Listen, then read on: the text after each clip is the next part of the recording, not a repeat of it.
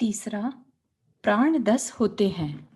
5 तो उपर्युक्त इंद्रियां तथा इनके अतिरिक्त मन वचन काय श्वासोच्छ्वास और आयु, इनको धारण करने के कारण जीव प्राणी कहलाते हैं। इस अपेक्षा से वे 6 प्रकार के हैं। 1, 2 व 3 प्राणों वाला कोई जीव नहीं होता। कम से कम 4 प्राणों वाले होते हैं। आयु, श्वासोच्छ्वास और काय ये 3 सभी में पाए जाते हैं। इनके साथ एक स्पर्शन इंद्रिय मिल जाने के कारण सकल इंद्रिय जीव 4 प्राणधारी हैं। 5 प्राणधारी कोई जीव नहीं होता, क्योंकि रसना इंद्रिय युक्त हो जाने पर द्वि इंद्रिय जीव में युगपत 2 प्राणों की वृद्धि हो जाती है, यानी चक्कर जानने की शक्ति तथा बोलने की शक्ति। इसलिए सकल द्वि इंद्रिय जीव 6 प्राण वाले हैं। घ्राण इंद्रिय युक्त होने से त्रि-इंद्रिय जीव 7 प्राणधारी, नेत्र युक्त होने से चतुर इंद्रिय जीव 8 प्राणधारी और श्रोतेंद्रिय युक्त होने से पंचेंद्रिय जीव 9 प्राणों के धारी हैं। इनमें अमनस्क तो 9 ही प्राणों वाले हैं, परंतु एक मन और मिल जाने से समनस्क जीव 10 प्राण वाले होते हैं। इनमें 4 प्राणधारी एकेंद्रिय जीव के अनेकों भेद प्रभेद हैं, जो आगे काय वाले विकल्प में बताए जाने वाले हैं। 4. काय कहते हैं शरीर रूप परमाणु पिंड को। इसकी अपेक्षा देखने पर जीव 2 प्रकार के होते हैं, स्थावर तथा त्रस।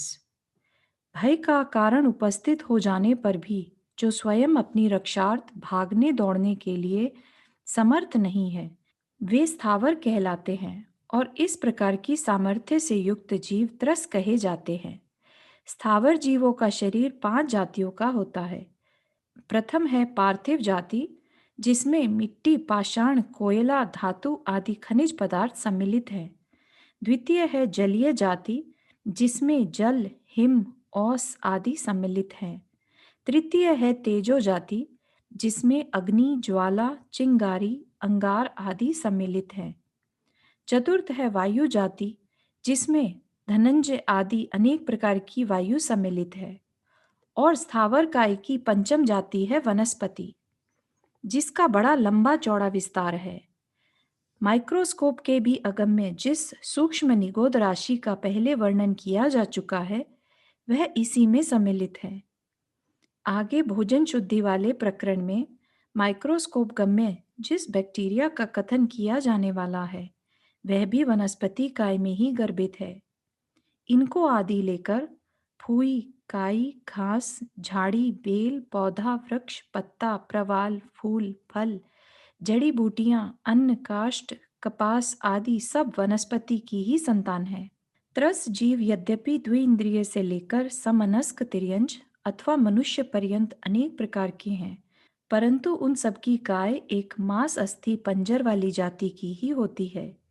देव व नारकी का शरीर यद्यपि मांस जातीय नहीं माना गया है, तथापि उसका संग्रह इसी भेद में कर लिया जाता है।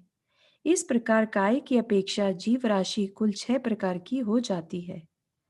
5 प्रकार की स्थावर काय और 1 प्रकार की त्रस काय। आज का मानव जीवों के इन सर्व भेद प्रभेदों में से एक मनुष्य को ही जीव मानता है, अन्य को नहीं। आज बकरी आदि तक को भी वह अपनी भोग की वस्तु समझता है, तथा उनके भी प्राण हैं, उनको भी पीड़ा होती होगी, इस बात का उसे भान नहीं है। इससे आगे भी यदि बढ़ा तो मनुष्य व गाय 2 को ही जीव मानने लगा, अन्य को नहीं। यदि बकरी आदि को जीव स्वीकार भी किया तो गाय की अपेक्षा उसमें प्राणों की कमी देखते हुए। और यही कारण है कि आज जहां मानव की रक्षा के लिए प्रत्येक देश में शक्तिशाली राज्य स्थापित है, वहां अन्य जीवों की रक्षा के लिए कोई शासक या समाज नहीं है। अधिक से अधिक कहीं दिखाई भी दी तो गो रक्षक समाज मिलती है। इससे भी आगे कोई बढ़ा तो पशु पक्षी को जीव की कोटि में गिन लिया। इन बेचारे मक्खी, मच्छर, चींटी, भिर, सर्प, बिच्छू, मेंढक, मछली आदि की बात पूछने वाला यहाँ कोई नहीं है। फिर भी यदि समझाने बुझाने पर कोई और कुछ आगे बढ़े भी, तो प्रत्यक्ष में चलते फिरते दिखने वाले इन स्थूल दो इंद्रियों तक के जीव को भले ही स्वीकार कर ले, परंतु माइक्रोस्कोप से दिखने वाले छोटे शरीर के धारी उस जाति के जीवों को तथा पांच भेद रूप पृथ्वी से वनस्पति पर्यंत तक के एक इंद्रिय जीवों को कौन जीव स्वीकार करता है? इनको जीव कहना उसकी दृष्टि में मानो कुछ कपोल कल्पना सी लगती है, परंतु ऐसा नहीं है। अपनी स्थूल दृष्टि के कारण ही वह ऐसा कहता है। भाई, तू आया है शांति की खोज में। तू उन लोगों की अपेक्षा भिन्न रुचि लेकर आया है। अतः प्रत्यक्ष ज्ञानियों द्वारा जानी गई इस संपूर्ण जीव राशि को स्वीकार कर, क्योंकि ऐसा स्वीकार किए बिना तू अपने जीवन को संयमित न बना सकेगा। यदि केवल स्थूल चलते फिरते जीवों के संबंध में संयमित बना भी, तो आगे जाके पूर्ण संयमित न हो सकेगा। इन सूक्ष्म व एकेंद्रीय प्राणियों को बाधा न पहुंचाने का विवेक तुझ में जागृत न हो सकेगा। अविवेक के रहते शांति की पूर्णता न कर सकेगा, और इनको स्वीकार कर लेने पर तू इस व्योम मंडल के एक एक प्रदेश पर जीव तत्व के दर्शन करेगा तथा उसके आधार पर निज तत्व के और उसके स्वभाव के अर्थात शांति के। स्थावर काय में जीवन सिद्धि। पृथ्वी, जल, अग्नि, वायु व वनस्पति, इन पांचों में स्थूल दृष्टि से देखने पर चेतन तत्व का ग्रहण यद्यपि नहीं होता, जड़वत से भासते हैं, परंतु इन पांचों में से वनस्पति शरीरधारी प्राणियों के संबंध में कुछ सूक्ष्म विचार करने से उनके प्राणधारी होने का विश्वास इस अल्प परोक्ष ज्ञान से भी हो सकना संभव है। आज के वैज्ञानिक ने भी उनमें प्राणों को स्वीकार किया है। तू भी इंद्रिय प्रत्यक्ष द्वारा वनस्पति में प्राणों के चिन्ह देख सकता है। देख, योग्य आहार जल आदि के न मिलने पर वे बेचारे कुमला जाते हैं, पीड़ा को न सह सकने के कारण बेहोश हो जाते हैं, और आहार मिल जाने पर पुनः सचेत हो जाते हैं, प्रसन्न होकर नाच उठते हैं। कुछ विशेष जाति की मांस भक्षक वनस्पति झाड़ियां व घास भी देखने में आती हैं। अफ्रीका के जंगलों में झाड़ियों के रूप में और भारत के वनों में घास के रूप में पाई जाने वाली यह वनस्पति कितने भयानक रूप से पशु पक्षी या मनुष्य को पकड़कर उसका खून चूस लेती है, यह बात सुनी होगी। नहीं सुनी हो तो सुन। इस जाति की झाड़ियां खूब लंबी लंबी, बड़ी मजबूत कांटेदार टहनियों वाली पाई जाती है। ऊपर की ओर मुंह किए खड़ी रहती है, और इसी प्रकार से इस जाति की घास भी। अपने शिकार को निकट आया जान, वे एकदम सब की सब टहनियां झुक कर उसके ऊपर गिर पड़ती हैं और लिपट कर इतनी फुर्ती से उसके शरीर को बांध लेती हैं कि वह बेचारा स्वयं यह नहीं जान पाता कि अकस्मात ही यह क्या आफत आ गई। यहाँ तो कुछ भी नहीं दिखाई देता। पर वनस्पति में प्राण न स्वीकार करने वाला वह मानव यह न जानता था कि वनस्पति का रूप धारण किए हुए उसका भक्षक यहाँ विद्यमान है। उन टहनियों के अग्रभाग की नोकें उसके शरीर में प्रवेश करके कुछ ही देर में उसका रक्त चूस लेती हैं, और ढांचा मात्र शेष रह जाने पर उस कलेवर को छोड़कर पुनः पूर्ववत ऊपर की ओर मुख करके खड़ी हो जाती हैं। आहार या जल में विष मिलाकर सिंचन किए जाने पर पेड़ पौधों की मृत्यु होती देखी जाती है। इस प्रकार वनस्पतियों में मनुष्यवत ही आहार ग्रहण करने की क्रियाएं व भावनाएं स्पष्ट देखने में आती हैं। यद्यपि पृथ्वी, जल, अग्नि व वायु काय के जीवों में इस प्रकार स्पष्ट रीति से प्राणों की सिद्धि नहीं होती जैसी कि वनस्पति में, फिर भी खानों में पड़े सर्व ही खनिज पदार्थों के शरीरों की वृद्धि का होना वहां उनके अंदर जीवन को दर्शा रहा है, तथा खान में से निकल जाने पर उनकी वृद्धि का रुक जाना उनकी मृत्यु को या प्राणों के निकल जाने को दर्शा रहा है, क्योंकि खान में पड़े पत्थर की भांति ये अब बढ़ते दिखाई नहीं देते। बाढ़ के समय जल का, तूफान के समय वायु का, और पवन से ताड़ित होकर अग्नि का प्रत्यक्ष दिखने वाला प्रकोप, जिसके सामने मनुष्य की शक्ति हार मानती है, उन पदार्थों में जीवन का द्योतक है, प्राणों को सिद्ध करता है। प्रत्यक्ष ज्ञानियों ने तो प्रत्यक्ष ही उनमें प्राणों को देखा है। इन सबको सुख दुख का वेदन करते हुए जाना है। परंतु कुछ व्यक्ति वर्तमान में भी वृक्षों के हाव भाव पर से तथा उनके हिलने डुलने पर से उनकी अंतरंग पीड़ा या हर्ष के भावों को पहचानने में समर्थ हैं। अतः विश्वास कर कि इन पांचों जाति के एकेंद्रीय जीवों में प्राण है। उन्हें भी सुख दुख का वेदन होता है। उनमें भी कुछ इच्छाएं या आकांक्षाएं छिपी हैं। माइक्रोस्कोप से दिखने वाले द्विइंद्रिय आदि जीव प्रत्यक्ष ही चलते फिरते दिखाई देते हैं और एक इंद्रिय जीव बैक्टीरिया आदि बढ़ते हुए दिखाई देते हैं।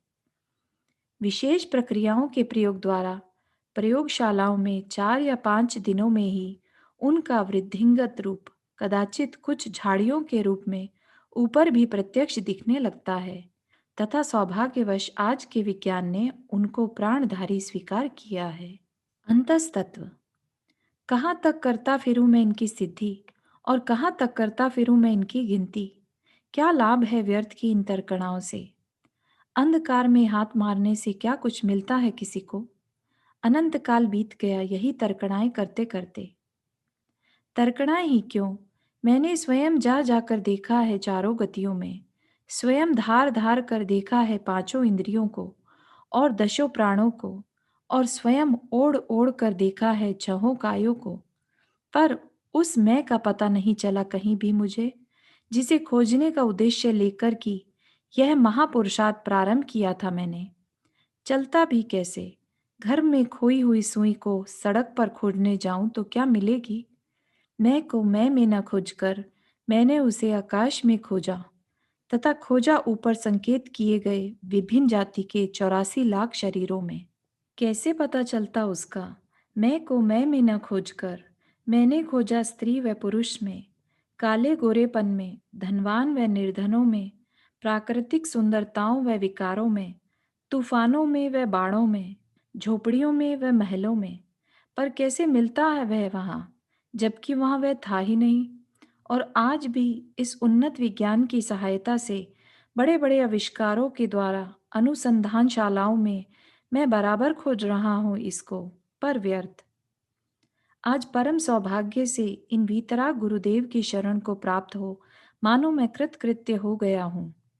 इतने काल तक इसकी खोज के पीछे व्याकुल होकर भटकता हुआ मैं आज इनकी कृपा से इस रहस्य को पाकर कितना संतुष्ट हुआ हूँ कह नहीं सकता। मानो मेरा भ्रम ही मिट गया है। आज उसे जानकर मुझे स्वयं अपने ऊपर हंसी आ रही है। कितनी सरल सी बात थी और कितना भटका इसके पीछे। यह भ्रम की ही कोई अचिंत्य महिमा थी जो आज तक मुझे इसके दर्शन नहीं होने देती थी। आज गुरुदेव के प्रसाद से यह भ्रम दूर हो गया और मैं जान पाया कि वह मेरे अत्यंत निकट है जिसे मैं इतनी इतनी दूर खोजने गया। विचारिए तो सही कि कोई हीरे की अंगूठी आप तिजोरी में रखने को जाते हो, मार्ग में मैं मिल जाऊं और आपको कोई आवश्यक कार्य बता दूं। आप अंगूठी को अपनी उंगली में पहनकर काम में जुट जाएं। सांझ पड़े घर आए तो अंगूठी याद आए। हैं, कहाँ गई। तिजोरी में पुनः पुनः देखें, संदूक खोलें, रसोई घर में एक बर्तन को उठाकर और कभी दूसरे बर्तन को। संभवतः उन्हें ठोक ठोक कर भी देखने लगे कि कहीं ये बर्तन निगल ही तो नहीं गए उसे, और व्याकुलता में न मालूम क्या क्या करने लगे। पर क्या इस प्रकार वह अंगूठी मिलेगी। यदि मैं आपसे पूछूं कि क्यों जी, उस अंगूठी का ढूंढना सरल है कि कठिन, तो क्या कहोगे। न सरल कहते बनता है न कठिन। जब तक नहीं पाती तब तक कठिन, और अंगुली पर दृष्टि जाने के पश्चात क्या सरल और क्या कठिन। ढूंढने का प्रश्न ही कहाँ है। और यह गई ही कहाँ थी। इसका ढूंढना तो न सरल था न कठिन, मेरे भ्रम का दूर होना ही कठिन सा था। बस तो इस प्रकार भो चेतन, तू व्यर्थ ही इधर उधर भटक रहा है। जिसे तू खोज रहा है वह तो यहाँ ही है, तेरे अत्यंत निकट। निकट भी क्या, तू स्वयं ही तो है वह। किधर देख रहा है बाहर की ओर। उधर कुछ नहीं है। उधर तो यह चमड़े हड्डी का कुछ ढेर मात्र ही पड़ा है। वह शरीर है, तू नहीं। इधर देख भाई, इधर देख। अरे, फिर उधर ही। उधर नहीं, इधर देख। मैं जिस ओर संकेत कर रहा हूं उधर देख। अरे, फिर उधर ही, अरे भाई, देख इस उंगली की बिल्कुल सीध में, उस निशाने पर, जहां से यह मैं की ध्वनि चली आ रही है, जहां से शांति की इच्छा प्रकट होती दिखाई दे रही है, जहां सुख दुख का वेदन हो रहा है, जहां विचारणाओं का काम किया जा रहा है। नेत्र इंद्रिय से देखने का प्रयत्न मत कर भाई, इन्हें बंद करके देख। कुछ अपने ही अंदर डुबकी लगाकर, अपने से ही प्रश्न करके उत्तर ले। मैं की ध्वनि स्वरूप अंतरंग में प्रतीत होने वाले हे परम तत्व, तू कौन है? मुझे शांति चाहिए, मुझे शांति चाहिए। हर समय इस प्रकार की टेर लगाने वाले तू कौन है? अरे यह क्या? तू किससे कह रहा है? यह स्वयं मैं ही तो हूं। अंतरंग में प्रकाशमान, स्व अनुभव गोचर, अमूर्तिक, इंद्रियातीत, चैतन्य विलास रूप, शाश्वत, पर ब्रह्म, यह तू मैं ही तो हूं। क्योंकि यह देख, प्रश्न करने वाला कौन? मैं। प्रश्न का उत्तर देने वाला कौन है? मैं। सर्वत्र मैं ही मैं हुआ। तू को कहाँ अवकाश रहा? कितना बड़ा आश्चर्य! बगल में छोरा और नगर में ढिंडोरा। दिल के आईने में है तस्वीरें यार, जब जरा गर्दन झुकाई देख ली। व्यर्थ ही इधर उधर दूर दूर भटकता रहा, ठोकरें खाता रहा, कष्ट सहता रहा, पर जिसे ढूंढता रहा वह स्वयं मैं ही तो था। 4 ब्राह्मण पुत्र बनारस से पढ़कर आए। मार्ग में नदी पड़ी, चारों पार हो गए। उस पार पहुंचने पर गिनने लगे। चारों ने गिना पर संख्या 3 ही थी। एक कौन सा डूबा? क्या मैं डूबा? नहीं, मैं तो हूं। क्या ये डूबे? नहीं, ये तो हैं। पर 1 2 3, चौथा कहाँ गया? बस वही हालत थी अभी तक मेरी। निगोद से लेकर मनुष्य तक सारे शरीरों को गिन डाला, पर अपने को गिनना सदा ही भूलता रहा। आश्चर्य की बात, अपनी मूर्खता ना कहूं तो क्या कहूं इसे। चला हूं शांति लेने, पर यह पता नहीं कि शांति भोगेगा कौन। चला हूं लड्डू खाने, पर यह पता नहीं कि इसे उठाकर मुंह में देने वाला कौन।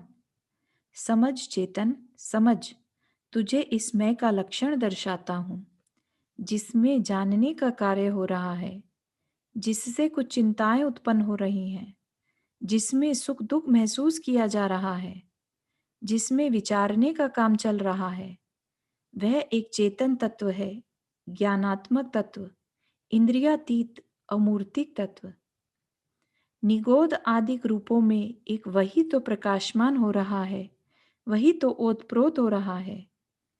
वे सर्व इसी की तो कोई अवस्थाएं हैं, जिनका निर्माण अपनी कल्पनाओं के आधार पर स्वयं इसने किया है, जिसके होने से ही ये सब चेतन है और जिसके न होने से जड़। इसीलिए ईश्वर, पर ब्रह्म व जगत का सृष्टा यही तो है। परमात्मा व प्रभु इसी का तो नाम है। अचिंत्य है इसकी महिमा, उसी परम तत्व का नाम मैं है।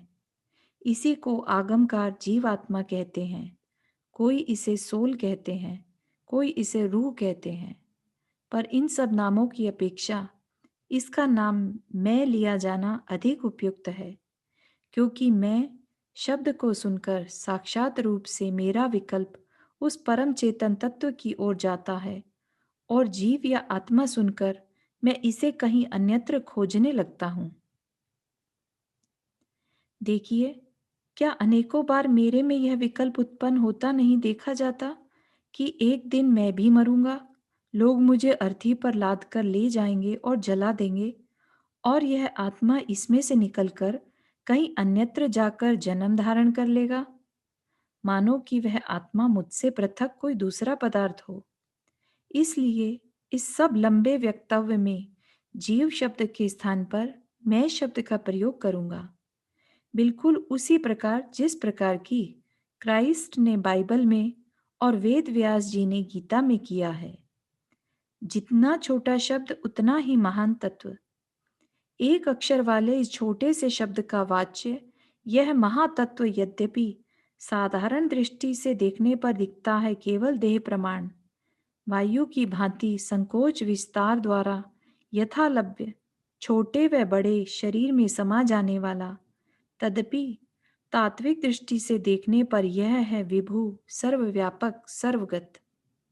आदानानपमानं णाणम्णेयपमाणमुद्दिष्टं णेयं लोयालोयं तमहाणाणं तु सवगयम्। आत्म तत्व वास्तव में ज्ञान प्रमाण है, अर्थात वह शरीर आदि की भांति उठाई धरी जाने वाली वस्तु नहीं है, प्रत्युत है ज्ञान मात्र। ज्ञान अर्थात चित ज्योति ही जिसका स्वरूप है, इसलिए ज्ञानी जन उसे भा ज्ञ चिन्ह मात्र कहते हैं। और यह ज्ञान या चित ज्योति है ज्ञेय प्रमाण, अर्थात दर्पण की भांति जो कुछ भी इसके समक्ष आए, यह सबको अपने भीतर प्रतिबिंबित कर लेने वाला, उस सबको ग्रस जाने वाला। अब प्रश्न होता है कि यह ज्ञेय क्या है? जो जाना जाने योग्य हो वही ज्ञेय। तीन लोक में कौन सी ऐसी वस्तु है जो जानी जाने योग्य न हो? सभी इस महिमावंत ज्ञान के प्रति अपना स्वरूप अर्पण कर रहे हैं। लोक तथा तद्गत वस्तुएं ही नहीं, उसके बाहर स्थित आकाश का वह अनंत भाग भी, जहाँ की आकाश के अतिरिक्त अन्य कोई वस्तु नहीं, और इसीलिए अलोक कहलाता है। जो लोक तथा अलोक सभी ज्ञेय हैं, सभी इस महिम्न की उपासना कर रहे हैं, इसके चरणों में अपनी श्रद्धांजलियां अर्पण कर रहे हैं। इसलिए सर्वगत है यह, जहाँ जाना चाहे वहाँ चला जाए, जिसे जानना चाहे उसे ही जान ले। चला जाने का यह अर्थ नहीं कि शरीर की भांति इसे पांव से चलकर गे के पास जाना पड़े, प्रत्युत यह है कि गे स्वयं चलकर इसके पास आ जाते हैं। जिस प्रकार की पदार्थ स्वयं आकर दर्पण में प्रतिबिंबित हो जाते हैं, और इसीलिए आत्मा या जीव तत्व है वास्तव में विभु, सर्वव्यापक, सर्वगत। बात कुछ नई सी लगती है, क्योंकि आज तक यही सुनते चले आए हैं कि आत्मा तो देह प्रमाण होता है और अपनी संकोच विस्तार शक्ति के द्वारा यथा प्राप्त छोटे या बड़े जिस किस भी शरीर में समाकर रह जाता है। ठीक है भाई, तूने भी गलत नहीं सुना है। दृष्टि भेद है, वह बात ज्ञानियों ने किसी और दृष्टि से कही है, और यह बात किसी और दृष्टि से कही जा रही है। वहाँ है इंद्रिय आदि 10 प्राणों की अपेक्षा, और यहाँ है उन 10 प्राणों के भी प्राण किसी महाप्राण की अपेक्षा, जिसके प्राण से अनुप्राणित है ये सब, जिसकी दीप्ति से दीप्तिमंत है यह लोक, और जिसके आलोक से आलोकित है असीम आलोक। 10 प्राणों से जो जीता है, जीता था तथा जीवेगा, वह कहलाता है जीव। परंतु इस चेतन प्राण से, इस लोकालोक व्यापी ज्ञान प्राण से जो जीता है, जीता था और जीवेगा, उसे क्या कहें? समस्त स्थूल तथा सूक्ष्म गेयों को अपने एक छोटे से कोने में समेट लेने वाले इस महातत्व को क्या कहें? कौन कर सकता है बखान उसका शब्दों में? केवल स्व अनुभव गोचर है वह, केवल रसास्वाद रूप है वह। इसलिए ज्ञानी जन कहते हैं उसे सच्चिदानंद भगवान आत्मा।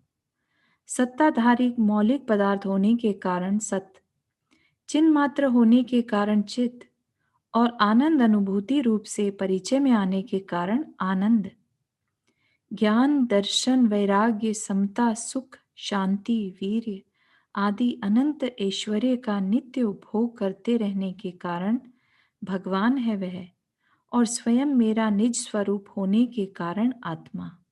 उत्तम गुणान धामम सवदवाण उत्तमं दव्वम तच्चाण परम तच्चम जीवम जाने हणे क्षयदो। भले ही साधारण जनों को समझाने के लिए जीव नाम से कहा गया हो यह, परंतु वास्तव में देखा जाए तो सर्वगुणों का धाम यह महातत्व सर्व द्रव्यों में उत्तम द्रव्य है और सर्व तत्वों में उत्तम तत्व है। शांति मेरा स्वभाव। गुरुओं के प्रसाद से सच्चिदानंद भगवान के अथवा निज परम चेतन तत्व के दर्शन कर लेने के पश्चात, इससे पहले कि मैं शांति में बाधक अन्य पदार्थों के स्वरूप का वर्णन करूं, यह जानना आवश्यक प्रतीत होता है कि यह शांति क्या है और कहाँ रहती है, क्योंकि शांति का निवास जाने बिना मैं इसकी रक्षा कहाँ जाकर करूं, यह शंका बनी रहेगी। पूर्व कथित 7 बातों में इस प्रश्न का अंतर्भाव पहली बात में अर्थात मैं क्या हूँ वाले प्रश्न में हो जाता है, क्योंकि मैं का लक्षण करते हुए उस लक्षण के अंग स्वरूप एक बात यह भी कही गई है कि जिसमें से शांति की इच्छा उत्पन्न हो रही है वही मैं हूँ। शांति की यह इच्छा ही शांति की ओर मेरे झुकाव को सिद्ध करती है। स्वतंत्र रूप से जिस ओर वस्तु का झुकाव होता है उसे स्वभाव कहते हैं। जैसे कि अग्नि के द्वारा गर्म किया गया जल अग्नि के संपर्क से जुदा होकर स्वतंत्र रूप से शीतलता की ओर ही झुकता है, और यदि देर तक पुनः अग्नि का संयोग प्राप्त न हो पाने पावे तो वह स्वयं शीतल हो जाता है। इसलिए जल का स्वभाव उष्ण न होकर शीतल है। इसी प्रकार अगले प्रकरणों में बताने जाने वाले अन्य पदार्थों से संपर्क दूर होने पर मैं स्वतंत्र रूप से शांति की ओर ही झुकता हूँ। विरोध दूर हो जाने पर झुकाव शांत होने के प्रति ही होता है।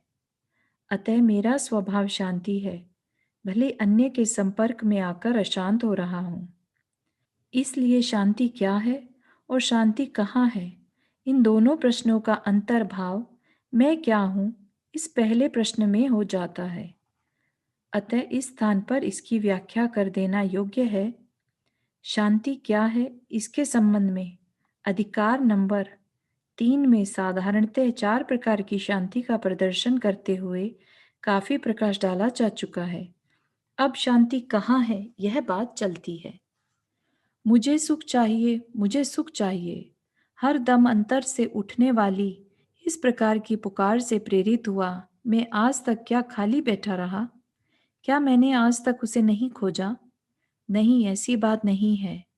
जिस प्रकार आज तक मैं अपने को खोजता फिरा, उसी प्रकार इस शांति की खोज भी कुछ कम न की और आज भी बराबर कर रहा हूं। शांति की खोज। अनादिकाल के इस भव संताप से संतप्त होकर मैंने विचारा कि मेरा ज्ञान ही संभवतः अशांति का कारण है। यदि इसका विनाश हो जाए तो अशांति का वेदन कौन करेगा? यह विचार कर अपने ज्ञान को मूर्छित कर सदियों पड़ा रहा मैं अचेत निगोद अवस्था में, इस बात का अनुभव करने के लिए कि संभवतः मुझे शांति मिल जाए, परंतु वह न मिली। यद्यपि अचेत हो जाने के कारण मुझे कुछ बाह्य बाधाओं संबंधी कष्ट प्रतीत न हो सका और कुछ अशांति व व्याकुलता का भान भी न हो सका, तद्यपि मैं शांति का भी अनुभव न कर सका। जैसे कि क्लोरोफॉर्म सुंघाकर अचेत किए गए रोगी को भले उस समय ऑपरेशन का कष्ट प्रतीत न हो, पर इस पर से यह नहीं कहा जा सकता कि वह सुखी है, बल्कि बेहोशी दूर हो जाने पर अवश्य में भी उसे बड़े कष्ट का वेदन होने वाला है। इस अपेक्षा से उसे दुखी कहा जा सकता है। इसी प्रकार निगोद अवस्था से कभी भी सचेत होने पर मुझे अशांति का वेदन ही होगा। इस अपेक्षा से तथा अज्ञान स्वयं दुख है, इस अपेक्षा से मैं वहां इस ज्ञानहीन दशा में भी शांति की बजाय अशांत ही बना रहा। मैं की खोज के अंतर्गत बताए गए क्रम से मैंने पृथ्वी, मनुष्य व देव पर्यंत अनेकों विचित्र रूप धरकर इसे खोजा, पर सदा अशांत बना रहा। शांति की खोज में जहां भी मैं गया, मेरे विश्वास के विरुद्ध वहां ही अनेकों बाधाएं सहनी पड़ी। पृथ्वी, जल, अग्नि, वायु व वनस्पति के रूपों में रह रहकर कुदालियों की चोट, ऊपर से नीचे गिराए जाने का कष्ट, पंखे से ताड़ित होने की पीड़ा, कुल्हाड़ियों से काटे जाना आदि अनेकों कष्ट सहे। 2 इंद्रियों से पंच इंद्रिय तक के छोटे रूपों में रहते हुए कुचले जाना, अग्नि में जलाए जाना आदि अनेकों कष्ट सहे। पंच इंद्रिय पशु पक्षियों के रूप में रहते हुए गाड़ीवान के हंटरों तथा डंडों के द्वारा तथा गर्मी सर्दी के द्वारा प्रत्यक्ष प्रतिदिन देखने में आने वाले कष्ट सहे, जिनको सहस्त्र जिह्वाओं के द्वारा भी कहा जाना शक्य नहीं है। मनुष्य में आया तो परस्पर की लड़ाई, मारपीट, द्वेष आदि के अतिरिक्त धन उपार्जन संबंधी वचनातीत चिंताओं के द्वारा आज प्रत्यक्ष दुख सह रहा हूँ। नारकियों के दुखों का तो ठिकाना ही क्या, देवों में जाकर भी मुझे चैन न मिला। अन्य देवों की संपत्ति को देखकर उठी हुई अंतर्दाह में जलता रहा। गया शांति खोजने, मिली अशांति। मैंने इसे ठंडे, गरम व चिकने रूखे पदार्थों में खोजा, खट्टे, मीठे व चरपरे पदार्थों में खोजा, सुगंधी में खोजा, नृत्यों में खोजा, सिनेमा थिएटरों में खोजा, मधुर गीत वादित्र में खोजा, सुंदर वस्त्रों में खोजा, बड़े बड़े महलों में खोजा, हीरे पन्ने माणिक में खोजा, रत्न स्वर्ण में खोजा, बर्तनों में फर्नीचरों में खोजा, स्वादिष्ट पदार्थों में खोजा, क्रीम पाउडर में खोजा, परंतु फिर भी अशांत बना हुआ हूँ। राजा व चक्रवर्ती बनकर खोजा, दूसरों को दास बनाकर खोजा, एटम बम बनाकर खोजा, चंद्र सूर्य तक जा जाकर खोजा, और कहाँ नहीं खोजा, सर्वत्र खोजा, पर आज तक अशांत बना हुआ हूँ। प्रत्यक्ष को प्रमाण की आवश्यकता नहीं, मेरा अपना इतिहास है, कौन नहीं जानता। जल में मीन प्यासी। बड़ी विचित्र बात है कि पुरुषार्थ करूं शांति का और मिले अशांति। भोजन खाऊं और पेट न भरे, परंतु ऐसा वास्तव में नहीं है। भोजन किया तो सही, पर मुंह में डालकर नहीं, शरीर पर पोतकर। कैसे पेट भरे? पुरुषार्थ किया तो सही, पर जिस दिशा में करना चाहिए था उस दिशा में नहीं। आश्चर्य है इस बात का कि असंतुष्ट रहता हुआ भी आज तक मेरे हृदय में यह बात उत्पन्न हुई कि संभवतः कहीं न कहीं मेरी भूल रह रही है पुरुषार्थ करने में, क्योंकि पुरुषार्थ का फल भले ही अल्प हो, पर उल्टा नहीं हुआ करता। रोग शमन न होते हुए भी औषधि बदलकर आज तक न देखा। एक द्वार से मार्ग का पता न चलने पर भी दूसरे द्वार की ओर जाकर न देखा। पूर्व कथित ट्रायल एंड एरर थ्योरी सिद्धांत पर न चला, फिर क्यों न होती असफलता। सिद्धांत के निरादर से और निकलता ही क्या है। खोज की, परंतु वैज्ञानिक दृष्टि छोड़कर केवल पूर्व अभ्यास से प्रेरित होकर एक ही दिशा में। आज महान सौभाग्यवश शांति भंडार वीतरागी गुरु की शरण में आकर भी क्या इसे न खोज सकूंगा? नहीं नहीं, अब इसे अवश्य खोज निकालूंगा। गुरुवर ने वास्तविक वैज्ञानिक सिद्धांत के प्रयोग द्वारा खोज निकाला है। अपनी जीवन की प्रयोगशाला में बैठकर यही मार्ग मुझको बता रहे हैं कि प्रभु, इस नई प्रयोगशाला में अर्थात अपने चेतन घन स्वरूप में आकर इसे खोज। इंद्रिय विषय संबंधी भोगों में नहीं, वहां इसका साया भी नहीं है। न मालूम क्यों तुझे वहां ही अपनी शांति के होने का भ्रम हो गया है। संभवतः इस कारण से हो कि उनके भोग के समय किंचित शांति सी प्रतीत होती है, परंतु भाई वह सच्ची शांति नहीं है। अशांति को और भी भड़का देने के लिए दावानल है। 4 प्रकार की शांति का स्वरूप दर्शाते हुए पहले ही इस बात को सिद्ध किया जा चुका है। जल में मीन प्यासी, मुझे सुन सुन आवे हांसी। एक बार कोई जिज्ञासु गुरु से जाकर पूछने लगा कि प्रभु, शांति दे दीजिए। कहने लगे कि इतनी छोटी सी वस्तु देते हुए मैं क्या अच्छा लगूं? जाओ, सामने नदी में एक मगरमच्छ रहता है, उससे जाकर कहना, वह देगा तुझे शांति। नदी पर गया, मगर को आवाज लगाई और गुरु का आदेश कह सुनाया। मगर बोला, शांति अवश्य दे दूंगा, परंतु कुछ प्यास लगी है, पहले पानी पिला दो, पीछे दूंगा। पथिक यह सुनकर हंस पड़ा और एकाएक निकल पड़ा उसके मुख से वही उपरोक्त वाक्य, जल में मीन प्यासी, मुझे सुन सुन आवे हांसी। मच्छ बोला, जा, यही उपदेश है शांति की खोज का। शांति में वास करने वाले भो जिज्ञासु, शांति सागर में रहते हुए भी शांति की खोज करता फिरता, बड़े आश्चर्य की बात है। तू तो स्वयं शांति का मंदिर है, शांति तेरा स्वभाव है। जो पुरुषार्थ तू कर रहा है, वह भले ही तू शांति का समझकर कर रहा है, परंतु वास्तव में शांति का नहीं है, अशांति का है। भोगों की प्राप्ति के प्रति प्रयत्न करना इच्छाओं की अग्नि में घी डालना है, क्योंकि भोगों की अधिक अधिक उपलब्धि के द्वारा इच्छाओं में गुणाकार होता देखा जाता है। अतः इस दिशा से, अर्थात भोग सामग्री या किसी अन्य पदार्थ से अपने उपयोग को हटाकर वहां लगाने से शांति की प्राप्ति हो सकती है जहाँ की उसका वास है। अर्थात निज स्वभाव में एकाग्र होना ही शांति प्राप्ति के प्रति स्वाभाविक पुरुषार्थ है।